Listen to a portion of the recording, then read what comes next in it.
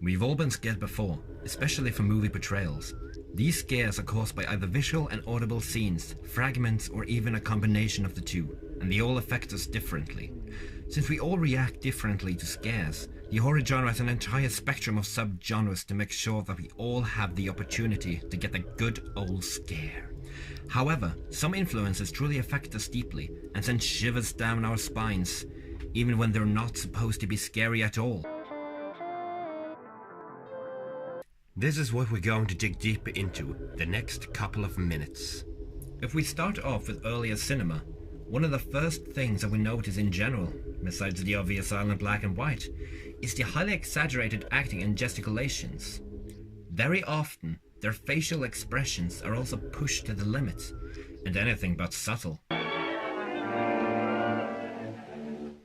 These are very unusual sightings compared to newer cinema, not to mention the reality, and can therefore be strange and also a bit eerie to watch, since they separate themselves as far as possible from what we're used to be exposed to. This leads us into the term of the Uncanny Valley, which means the eerie, uncanny feeling you get when you're exposed to something similar to the conventional human of familiarities, but not entirely. Something about what you have been watching is just not right. The term originates from Sigmund Freud's essay Das Unheimliche, with dolls and wax works as its emphasis. Already on the topic of the uncanny, we've already mentioned the eerie exaggeration and intensity in the acting from the silent film era, and especially the German Expressionism, where the eyes and their faces really stand out, and this has lived on to this day. There are few things scarier than being stared at or being watched, and the fear of being watched has really gotten the best of us when we struggle to watch innocent clips and movies that happens to have an act with very outstanding eyes. However, as human beings, we have a fundamental need to connect and communicate with others, and having eye contact really is a key to accomplish just that.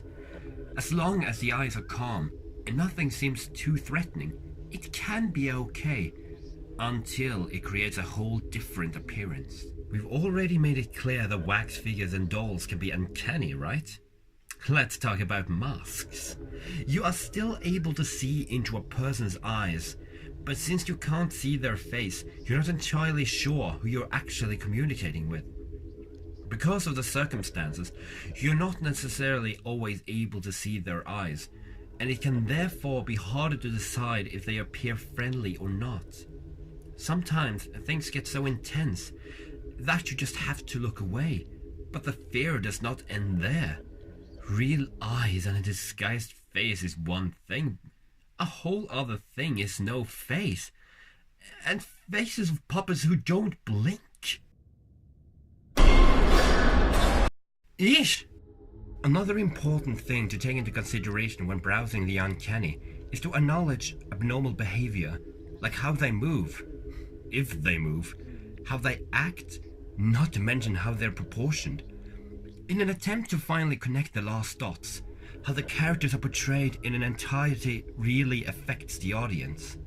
And if the clip is cut in an abnormal way and style, this can be unsettling as well, since it does not respond to our expectations from the conventional way of portraying anything. Since the Uncanny Valley and Unheimlichkeit both are psychological terms, they make a lot of sense and are therefore able to unsettle us in a whole different way than the regular jump scare in today's horror films. The uncanny elements are, however, still alive and kicking, with recent examples like the Mother Bird sculpture at Vanilla Gallery and Nicolas Cage's upcoming movie Mandy.